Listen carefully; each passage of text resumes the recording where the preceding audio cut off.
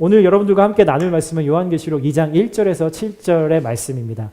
한 구절씩 저와 함께 읽도록 하죠. 제가 먼저 1절의 말씀을 읽겠습니다. 너는 에베소 교회의 사자들에게 이렇게 써라. 오른손에 7뼈를 잡으시고 7 금촛대 사이로 다니시는 이가 이렇게 말씀하신다. 나는 내 행위와 내 수고와 내 인내를 안다. 또 내가 악한 사람들을 참지 못하는 것과 자칭 사도라고 하는 사람들을 시험해 그들이 사도가 아니라 가짜들이라는 것을 밝혀낸 것을 안다. 또 내가 인내하는 것과 내 이름을 위해 수고하되 게으르지 않다는 것을 내가 안다. 그러나 내가 내게 책망할 것이 있으니 그것은 내가 첫사랑을 버린 것이다. 그러므로 너는 어디서부터 잘못됐는지 생각해 보아 회개하고 처음에 행했던 일들을 행하여라. 만일 그렇게 하지 않고 회개하지 않으면 내가 내게로 가서 내 촛대를 그 자리에서 옮길 것이다. 그러나 내가 잘한 것이 있으니 내가 니골라 당이라 하는 것들을 미워하는구나. 나도 그것을 미워한다. 함께 읽을까요? 있는 사람은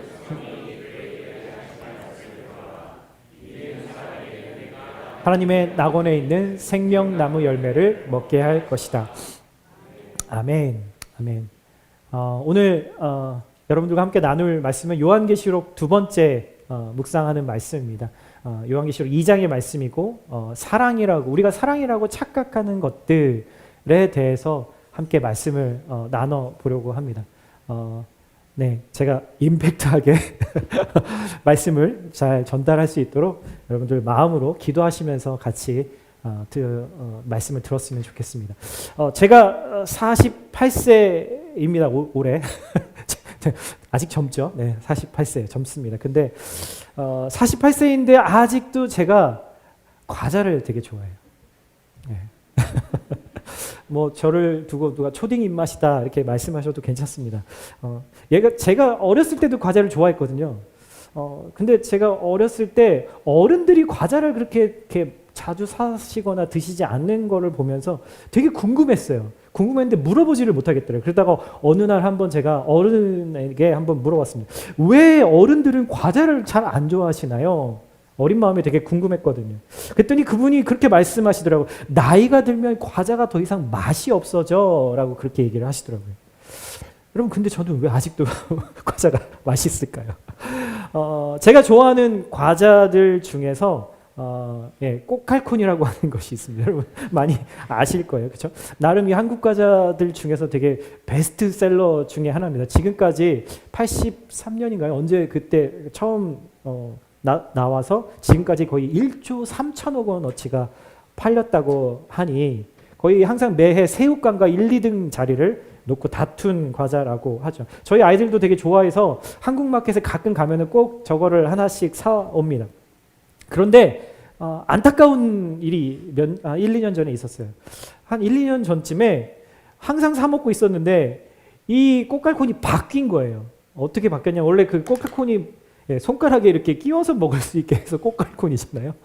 근데 더 이상 손에 끼일 수 없게 모양이 바뀐 거예요. 삼각형 모양으로 바뀌고 구멍도 없고 다 막혀 있는 것으로 바뀌었어요. 그냥 모양만 바뀌었겠거니 그래서 아쉬운 마음으로 이렇게 처음 사서 먹었는데 식감도 완전히 달라진 거예요. 예전에는 좀 부드럽게 바삭거리는 맛이었다면 이제는 딱딱하게 조금 더 딱딱하게 바삭거리는 맛으로 바뀐 거죠. 그런데 너무 되게 마음에 되게 원망스러운 마음이 들더라고요. 땡땡 제과에게 제가 참 원망하는 마음이 들더라고요. 아니 땡땡 제과 진짜 초심을 잃었네. 아니 이래서 잘 팔리겠나라는 생각을 제 마음속에 했던 거죠. 제 마음에는 이 땡땡 제과가 첫사랑을 잃어버렸구나. 첫 마음 초심을 잃어버렸구나 라는 생각을 하게 되었던 거죠. 여러분 어떤 사랑하는 대상에게 처음 뜨거웠던 그 마음이 식었다라는 것을 느껴본 적이 혹시 있으신가요?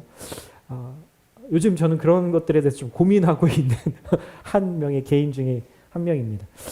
오늘 이 본문에 예수님도 아마 같은 마음이셨을 것 같아요. 성도가 첫사랑을 잃어버렸다라고 그렇게 말씀하고 계시기 때문이죠. 오늘 요한계시록을 두 번째로 묵상을 하는데요. 계시록에서 가장 많이 알려진 말씀이 바로 오늘 읽었던 본문이 아닐까 합니다. 7개의 보내는 하나님의 메시지가 담겨있는 편지죠. 지난주에 말씀드렸던 것처럼 이 사도 요한이 주일날, 주님의 날에 홀로 예배를 드리는 중에 하나님이 그에게 환상을 보여주세요. 이 환상의 목적은 당시에 터키 지역에 흩어져 있었던 실제 존재했던 7개의 교회들에게 하나님이 꼭 가지고 싶으셨던 그 메시지를 전달하라라고 하는 목적이었죠. 여러분, 왜 하나님이 편지를 써서 교회들에게 메시지를 전달하셨을까요?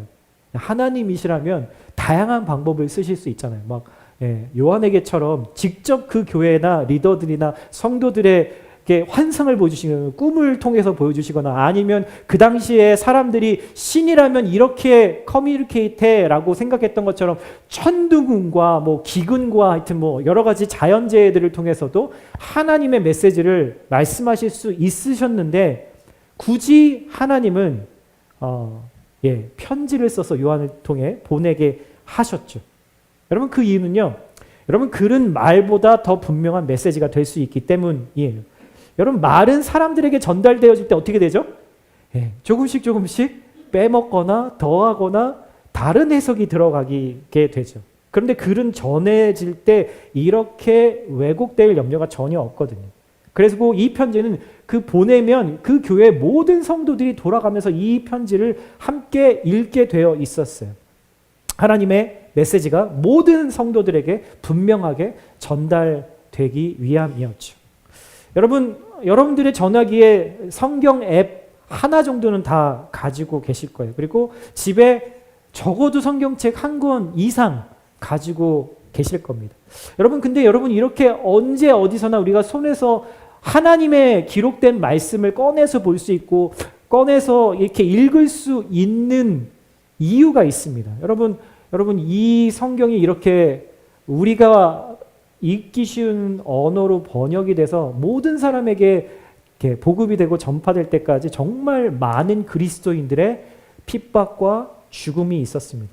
여러분, 이 성경은 어떻게 보면 피 묻은 성경이라고, 눈물이 젖어 있는, 성도들의 눈물이 젖어 있는 성경이라고 말할 수 있어요. 영어로 이 성경이 번역되어질 때 로마 카톨릭 교회에서는 이것을 이단으로 규정하고 그렇게 핍박을 하고 성경을 집필하는 사람들을 옥에 가두거나 불에 화형시키는 일들이 실제 역사 가운데서, 기독교 역사 가운데서 그렇게 있었던 것이죠. 어찌됐든 여러분, 우리 안에 이렇게 하나님의 기록된 말씀이 언제 어디서나 주어질 수 있다는 것은 정말 놀라운 은혜고 감사인 것을 여러분들이 아시고 성경을 대하셨으면 좋겠어요. 여러분, 오늘 7개에 보내는 편지들 중에 첫 번째 에베소 교회에 보내는 편지를 통해서 오늘 하나님이 우리에게 하시는 말씀을 묵상해 보려고 합니다. 여러분, 에베소라는 말을 많이 들었죠. 욕망이라는 단어에서 왔다라고 말씀드렸어요. 에베소는 당시 로마 제국이 가지고 있었던 큰 영토 중에 4번째로 큰 도시였고요. 인구가 당시 한 25만 명 정도가 있었다고 이야기를 합니다. 여러분, 인구가 25만 명이라는 건 그 당시 기준으로 보면 엄청난, 지금의 뉴욕과도 같은 거의 메트로폴리탄이었다라고 보는 거죠. 정말 당시에 좀 나간다라고 하는, 잘 나간다 하는 문화들, 종교들, 그 모든 예술들이 함께 모이는 집합소였고요. 그 결과로 정말 거리는 곳곳마다 돈의 유혹, 성적인 유혹, 그런 것들이 늘 사방에서 사람들을 끌어당기는 그런 곳이었다라고 말씀드렸어요. 그런 곳에 하나님이 바울을 통해서 교회를 세우십니다. 여러분, 한번 상상해 보세요. 얼마나 그 교회가 쉽지 않은 환경에서 세워졌을까. 마치 그냥 죄가 군대처럼 진을 치고 있는 그런 무법천지 같은 그런 곳에서 하나님의 복음이 생명을 잃지 않고 있었다라는 거예요. 그렇게 에베소 교회는 복음으로 말미암아 교회의 주인이신 예수님의 다스림 때문에 오랫동안 그곳에서 홀로 독야청청하는 그런 교회로 서 있을 수 있었어요. 여러분 이곳에 하나님이 얼마나 많은 하나님의 사람들과 그런 영적인 자원들을 쏟아 부으셨냐면 여러분 바울이 3년 동안 그 지역 두란노 서원에서 성경을 가르친 곳이기도 하고요. 사도 요한 지금 이 편지를 쓰고 있는 이 사도 요한이 반모섬에 유배되기 직전까지 목회했던 곳이기도 하고요. 그리고 예수님의 어머님 마리아가 세상을 떠난 곳도 마지막 여생을 보낸 곳도 바로 에베소였습니다. 여러분 그만큼 어려운 곳이었기 때문에 영적으로 참 쉽지 않은 곳이었기 때문에 하나님은 하나님의 귀한 자원들을 그곳에 쏟아 부으신 거예요. 사랑을 아낌없이 부었던 교회였습니다. 그래서 이 교회가 그렇게 든든하게 설 수 있었던 이유이기도 하죠. 이 교회에 오늘 하나님께서 주시는 첫 번째 메시지는 우리가 읽었던 것처럼 바로 칭찬들이었습니다. 2절 그리고 3절 보면 이렇게 이야기하죠. 내 행위들과 내 수고와 내 인내를 안다. 또 내가 악한 사람들을 참지 못하는 것과 자칭 사도라고 하는 사람들을 시험에 그들이 사도가 아니라 가짜들이라는 것을 밝혀낸 것을 내가 안다. 또 네가 인내하는 것과 내 이름을 위해 수고하되 게으르지 않다는 것도 내가 안다. 여러분 되게 한 서너 가지의 칭찬을 지금 해주고 계세요. 악한 자들을 용납하지 않았다는 거예요. 뒷부분에 가면은 이 사람들이 니골라당이다라고 이야기를 하는데 니골라당이라는 사람들은 뭐였냐면 예수님을 믿고 우리가 구원을 받고 죄사함을 받았기 때문에 이제 그 예수님을 믿고 구원받은 이후에는 내가 원하는 대로 살아도 괜찮다.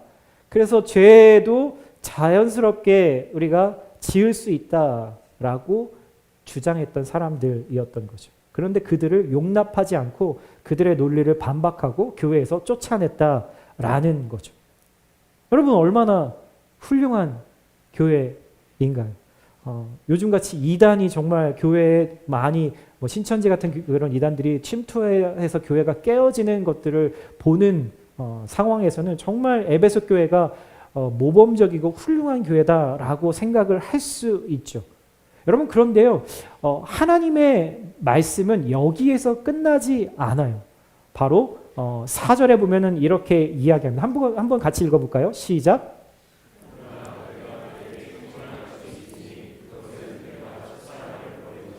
네.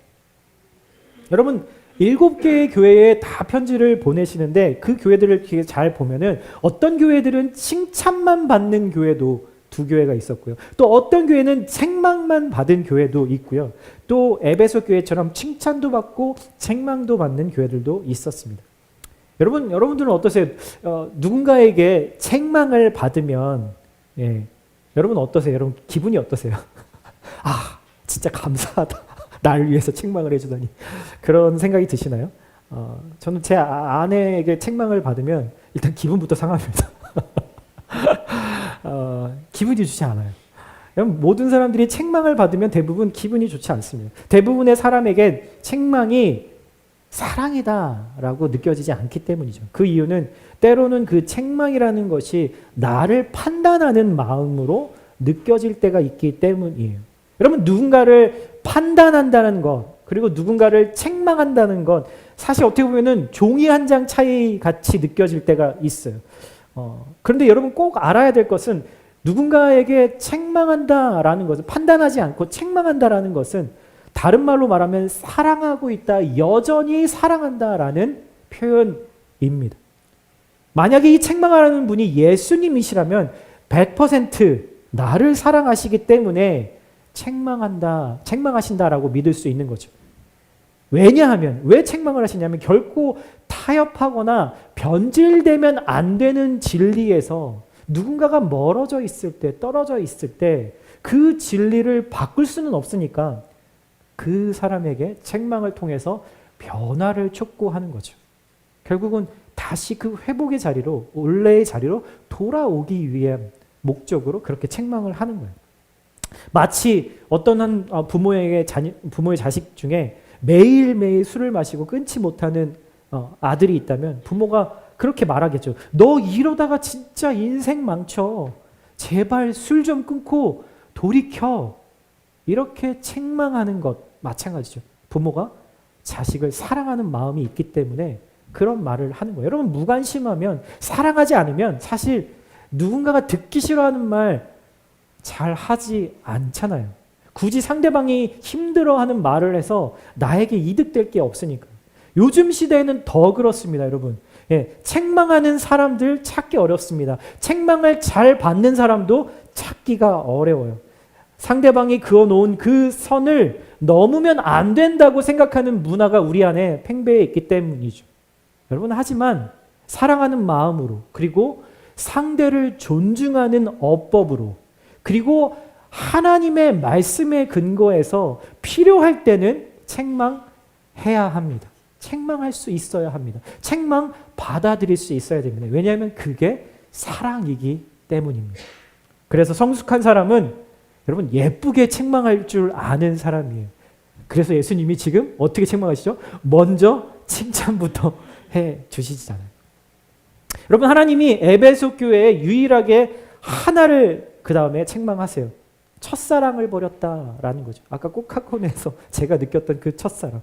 여러분, 칭찬은 3개나 들었고 서너 개를 들었고 책망은 하나니까 단순 계산해보면 이거 나쁘지 않은 성적인데 라고 생각하실지 모르겠지만, 첫사랑을 잃었다, 사랑을 잃었다라는 것은 그리스도인에게는 여러분 안고 없는 찐빵처럼 완전히 교회도 아니고 그리스도인도 아니게 되는 가장 중요한 핵심을 빠뜨린 꼴이 되는 거죠.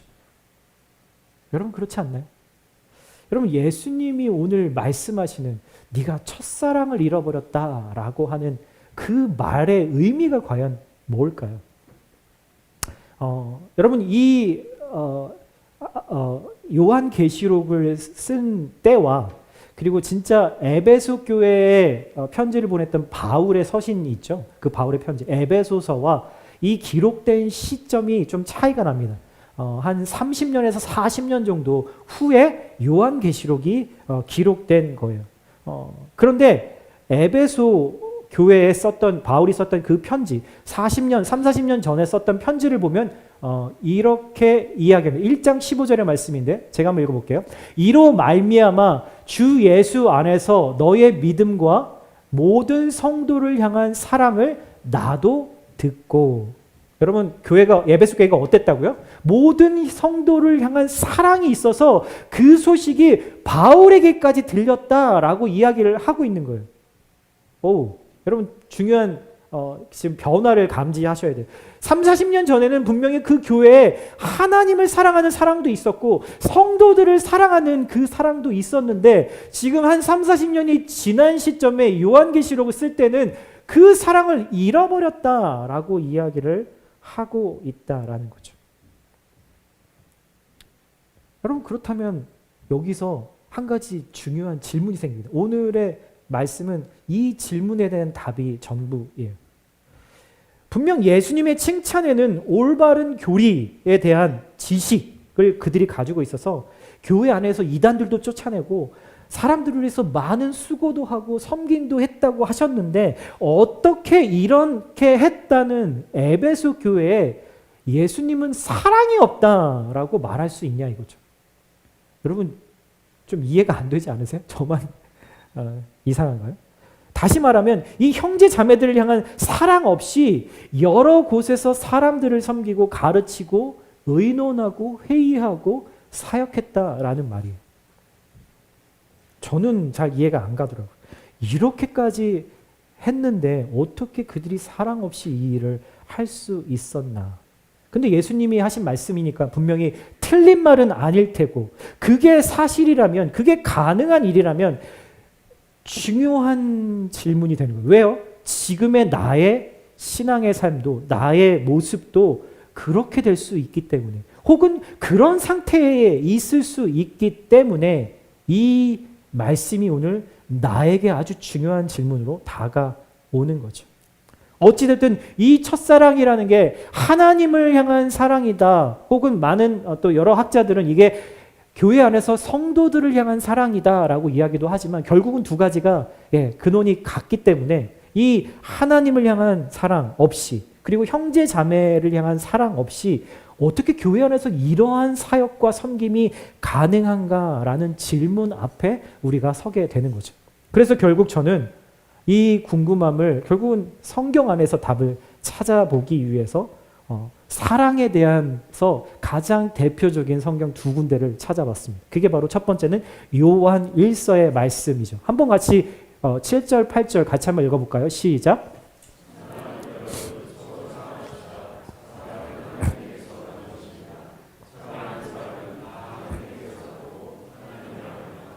사랑하지 않는 사람은 하나님을 알지 못합니다. 하나님은 사랑이시기 때문입니다. 너무 분명한 기준입니다. 우리가 타협하거나 애누리를 넣을 것이 없어요. 사랑하지 않는 사람은 하나님을 알지 못합니다. 오늘 이 근거와 기준에 부합해서 에베소 교회의 상황이 어떤지를 우리가 판단을 해야 하는 거죠. 여러분, 사랑이 뭔가요? 이따 구역 나눌 때 여러분들 이 질문에 답을 하셔야 되니까 잘 들으세요. 모두 다 나름의 사랑에 대한 정의가 있을 거예요. 그렇죠? 누군가를 위해서 희생하는 거, 내 모든 것을 다 주어도 아깝지 않은 거, 이런 이야기를 하시는 분들도 있고, 요즘에 유행하는 말이 뭔지 아세요? 세상에서 Love is love. 이 말이 되게 말장난 같이 들릴지 모르겠지만, 이런 말들이 유행하고 있는 상황이기도 하죠. 그래서 요즘 세상은요, 성경에서 말하는 사랑이라는 어떤 그것에 대한 정의를 사람들이 되게 불편해합니다. 불편해하는 정도가 아니라 분노합니다. 그런 정의를 내리면 그렇게 분노하고 불편해하죠. 사랑에 대해서 각자가 다 정의할 수 있고 다 다르게 말해도 옳다. 네 말도 옳고 저 사람 말도 옳고 내 말도 옳은 거다라고 생각한다 말이죠. 그렇지만 그리스도인에게는 하나님의 말씀이, 그 진리가 바로 우리에게 타협할 수 없는 말씀인 거죠. 예전에도 한번 이 말씀을 드린 적이 있지만 제가 좋아하는 그 존 파이퍼라고 하는 목사님이 성경 전체를 통해서 사랑을 나름 정의를 내리신 게 있어요. 그게 뭐냐면 바로 이겁니다. 사랑이란 하나님 안에서 넘쳐나고 퍼져나는, 그래서 기꺼이 다른 사람의 필요를 채워주게 되는 기쁨. 영어로도 써있죠. It is the overflow and expansion of joy in God, which greatly meets the needs of others. 여러분, 뭐예요? 사랑은 누군가의 필요를 채워주게 되는 기쁨이래요. 어떨 때요? 내가 하나님 안에 있을 때 그 하나님 때문에 내 안에 넘쳐나고 정말 퍼져나가는 그 사랑 때문에 누군가의 필요를 채워주는 기쁨이 바로 사랑이라고 이야기를 한다라는 거죠. 여러분, 이 정의가 사실이라면 하나님을 모르는 세상 사람들이 말하는 사랑과는 완전히 다른 거고요. 하나님을 알고 있는 저와 여러분들이 흔히 생각하는 사랑에서도 중요한 차이가 있다는 것을 발견하실 수 있어야 돼요. 그래서 다시 사랑에 대해서 가장 명확하게 설명해주는 성경을 또 한 군데 찾아봤습니다. 여러분, 어디죠? 고린도전서 13장, 사랑장이라고 불리는 그 13장을 찾아봤죠. 여러분, 제가 다시 고린도전서 13장을 읽고 묵상하는데 예전에는 들어오지 않은 부분이 제 눈에 들어오더라고요. 여러분, 대부분 13장을 생각하시면 처음에 그런 생각하실 거예요. 사랑은 온유하며, 사랑은 뭐하지 않고, 이런 것들을 생각하실 텐데, 고린도전서 13장 1절, 2절, 3절 첫 부분에는 바로 이렇게 이야기합니다. 한번 읽어볼까요? 시작. 내가 사람의 모든 말과 천사의 말을 할 수 있을지라도 내게 사랑이 없으면 울리는 징이나 요란한 꽹과리가 될 뿐입니다. 내가 예언하는 능력을 가지고 있을지라도, 또 모든 비밀과 모든 지식을 가지고 있을지라도, 또 산을 옮길 만한 모든 믿음을 가지고 있을지라도 사랑이 없으면 아무것도 아닙니다. 내가 내 모든 소유를 나눠줄지라도, 내가 자랑삼아 내 몸을 넘겨줄지라도 사랑이 없으면 내게는 아무런 이로움이 없습니다. 여러분, 바울이 지금 사랑에 대해서 이야기를 하면서 제일 먼저 얘기하는 게 뭐냐면 사랑은 무엇이다 라고 이야기하는 것 이전에 사랑을 실제적으로 우리의 삶 가운데서 알기 위해서 무엇이 사랑이 아닌지에 대해서 먼저 이야기를 해주고 있다는 거예요. 뭐가 사랑이 아닌가? 여러분 쉽게 말하면 우리가 사랑이라고 믿고 그렇게 하고 있는 것들이 있지만 우리가 사랑이라고 착각하고 정작 사랑이 아닌데 그렇게 붙들고 있는 게 뭔지에 대해서 우리에게 제일 먼저 설명해 주고 있다라는 거예요. 몇 가지를 한번 살펴볼까요?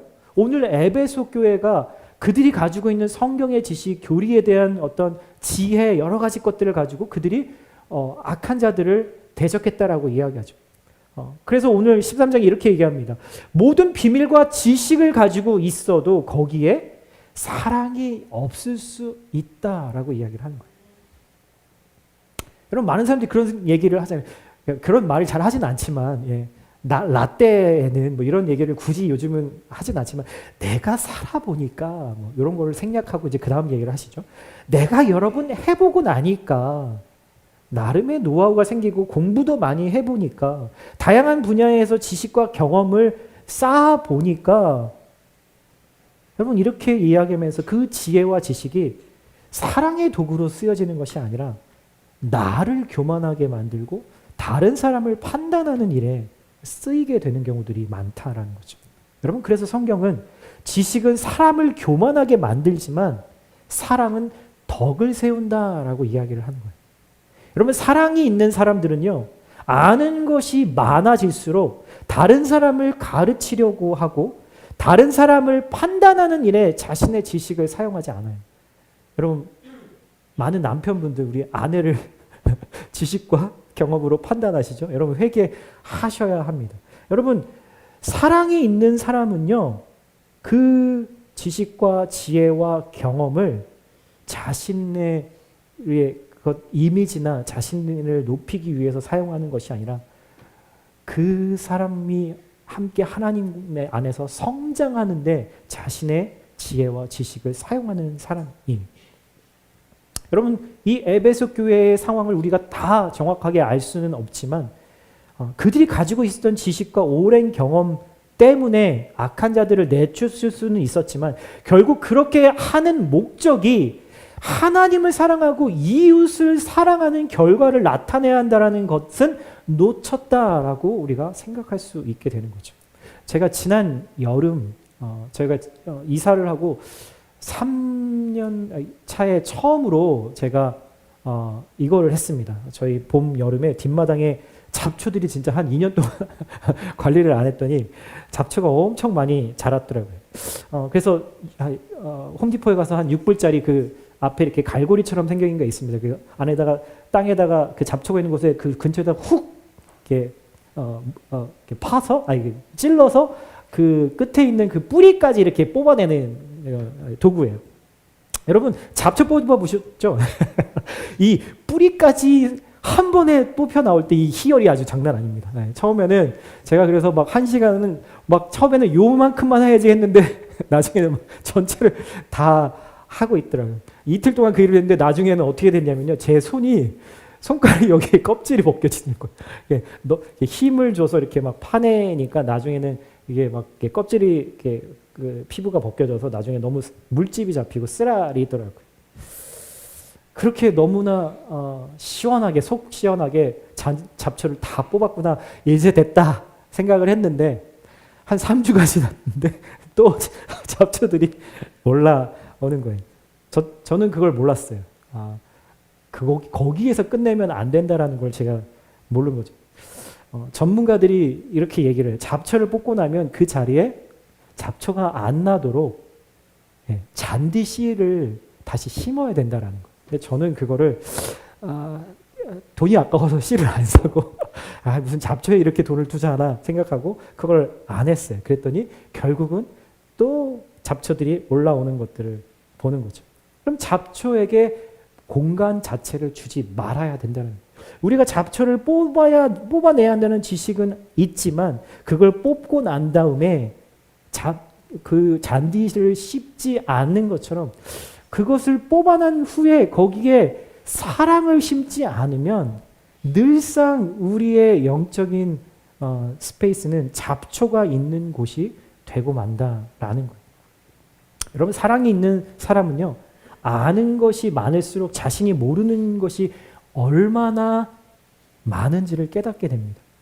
여러분, 공부를 점점 할수록요, 나는 진짜 똑똑해. 내가 아는 분야에서는 진짜 스페셜리스트야. 난 전문가야. 라고 생각하는 사람들은 아직 공부를 많이 안 해보신 분이고요. 공부를 더 하면 할수록, 좋은 경험들을 할수록, 삶의 지혜가 쌓일수록, 진짜 내가 아는 거는 진짜 일부구나. 그리고 내가 이만큼이라도 알고 있는 것이 얼마나 하나님의 은혜인가라는 것을 실감하게 되는 거죠. 여러분, 지혜와 지식은요, 자신을 높이고 남을 판단하고 남이 내 수준만큼 오도록 만들게 사용하는 것이 아니라, 그러기 위해서 사용하는 것이 아니라, 다른 사람들이 주님 안에서 성장하도록, 또 다른 사람들을 사랑하기 위해서 사용해야 하는 것이죠. 그래서 돈을 벌 때도 내 통장에 그것을 더 많이 하기 위해서가 아니라 남 주기 위해서, 섬기기 위해서 돈을 벌고, 여러분, 공부할 때도 내가 성공하기 위해서 배우는 것이 아니라 이 지식으로 남에게 베풀어서 그들도 함께 풍성해지도록 여러분들 그렇게 공부하셔야 하는 거예요. 여러분, 부모들이 자녀들이 좋은 대학 가기를 기도하죠. 좋은 배우자 만나기를 기도하죠. 그래서 평안한 삶을 살기를 기도하죠. 여러분, 근데 그렇게만 기도하시면 안 됩니다. 여러분, 좋은 대학 가서 뭐 하시려고요? 좋은 배우자 만나서 그래서 어쩌라는 건가요? 우리의 기도는 그러한 그렇게 되든 그렇지 않던 더 주님을 깊이 사랑해서 우리의 자녀들이, 우리의 사랑하는 사람들이 다른 사람들을 위로하고 격려하고 가르치고 치유하고 바로잡고 회복하고 사랑하는 데 쓰임받도록 기도해야 하는 것이 바로 그리스도인의 기도인 거죠. 예전에 제가 보스턴에서 사역을 하면서 음악을 전공하는 한 청년과 상담을 했던 적이 있었습니다. 나름 그 분야에서 꽤 유명한 친구였어요. 클래식을 하는 친구였는데 아주 유명한 학교를 다니고 있었는데, 그 친구가 매해마다 유명한 그 전 세계 콩쿠르를 나가면서 거기에서 1등을 하는 것이 그 당시에 그 친구의 인생의 목표였습니다. 근데 그 친구가 저를 만나서 상담을 하면서 처음으로 한 얘기가 뭐였냐면, 그때는 제가 전도사였으니까, 전도사님, 저는 제가 1등 할 수 있을 거란 믿음이 부족한 것 같아요. 그러면서 고민 상담을 한 거죠. 여러분, 그 말은 내가 1등 할 수 있다는 충분한 믿음만 있다면 그렇게 될 수 있다라고 생각하는 거잖아요. 여러분도 그렇게 동의하세요? 여러분, 진짜 믿음은요, 내가 이 산을 옮겨서 바다에 던지게 하는 것이 아니라, 내가 1등을 하는 것이 아니라, 그 과정에서 실패를 경험한다 해도 그 과정에서 나와 함께 하시는 하나님을 경험하면서 기뻐하는 일에, 감사하는 일에 관심을 두는 것이, 그게 성경이 말하는 진짜 믿음이라는 거예요. 여러분, 그게 성경이 요구하는 사랑이 있는 믿음이라고 이야기를 하는 거죠.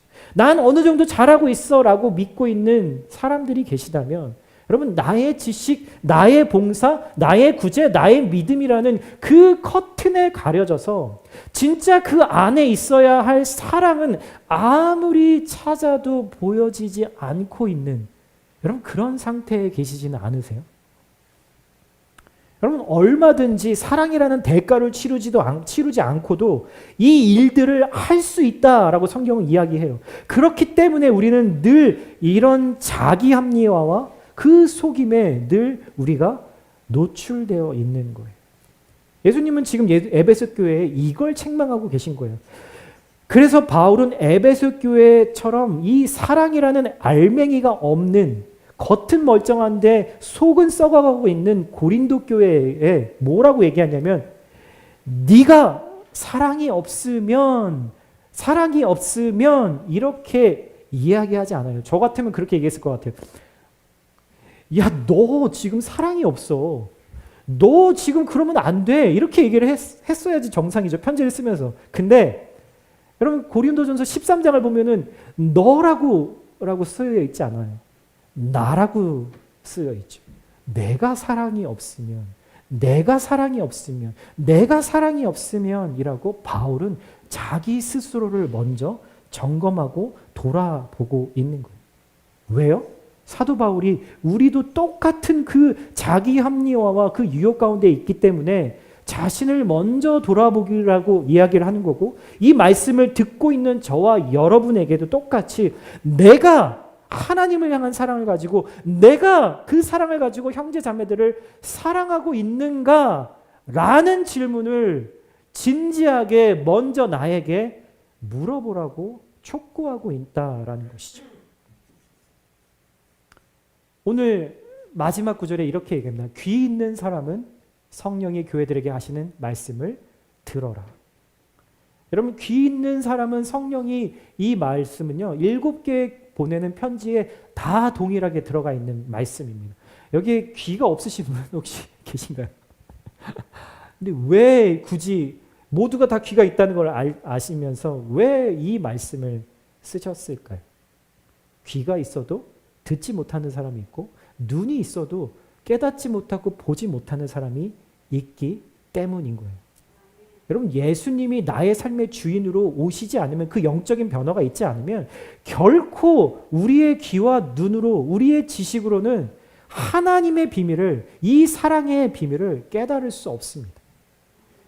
여러분, 단순히 단어와 말을 들을 수 있는 청력을 이야기하는 게 아니잖아요. 말하는 사람의 의도를 알고 의미를 파악해서 자신의 삶에 변화시킬 수 있는 그 사람을 귀 있는 사람, 볼 수 있는 사람이라고 이야기하고 있는 거죠.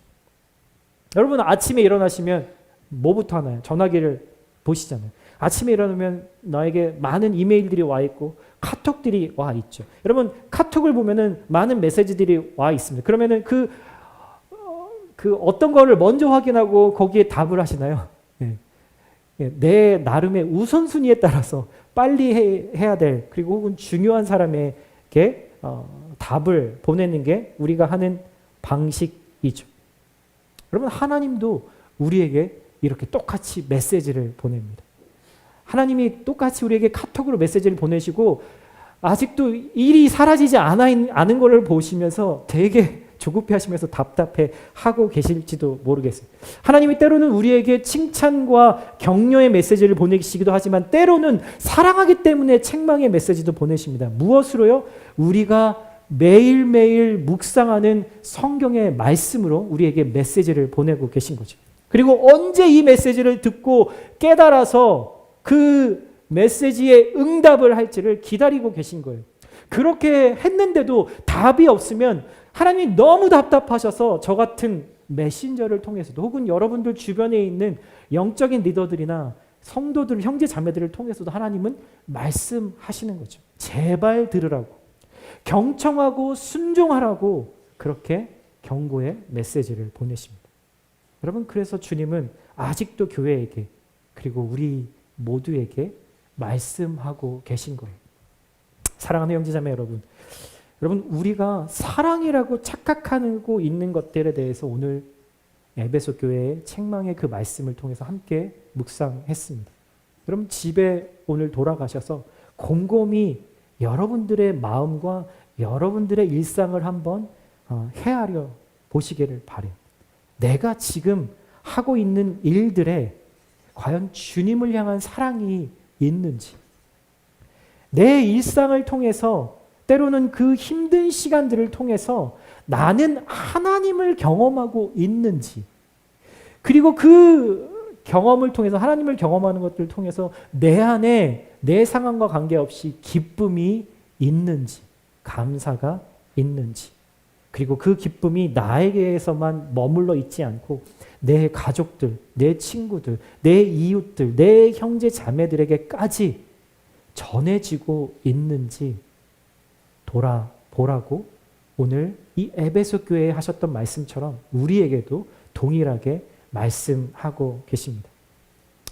오늘 우리 한 분의 집사, 안수 집사를 세우면서 또 임지식을 하면서 과연 어떤 말씀을 전할 것인가 고민을 하다가 따로 특별한 말씀을 전할까 하다가 순서대로 되어 있는 이 말씀 속에서 집사님에게도 주시는 하나님의 메시지가 이 안에 담겨 있고, 아까 본인에게 2018년에 주셨던 하나님의 그 메시지가 동일한 오늘 이 에베소 교회의 말씀이지 않을까라는 생각이 들었고요. 또 우리 모두에게도 정말 3, 40년이 지난 그 에베소 교회가 잃어버렸던 첫사랑, 우리 교회도 이제 40년이 지나가는 이 와중에 우리는 그 첫사랑, 첫 열정, 첫 감사, 가장 순수했었던 그 마음을 여러분들의 각자의 신앙생활 속에서 가지고 계시는지를 하나님은 오늘 우리에게 묻고 계십니다. 여러분 그 질문에 정직하게 반응하시고 대답하시고 그리고 주님께로 돌이킬 수 있는 그런 은혜가 우리 모두에게 임하시기를 예수님의 이름으로 축복드립니다. 아멘.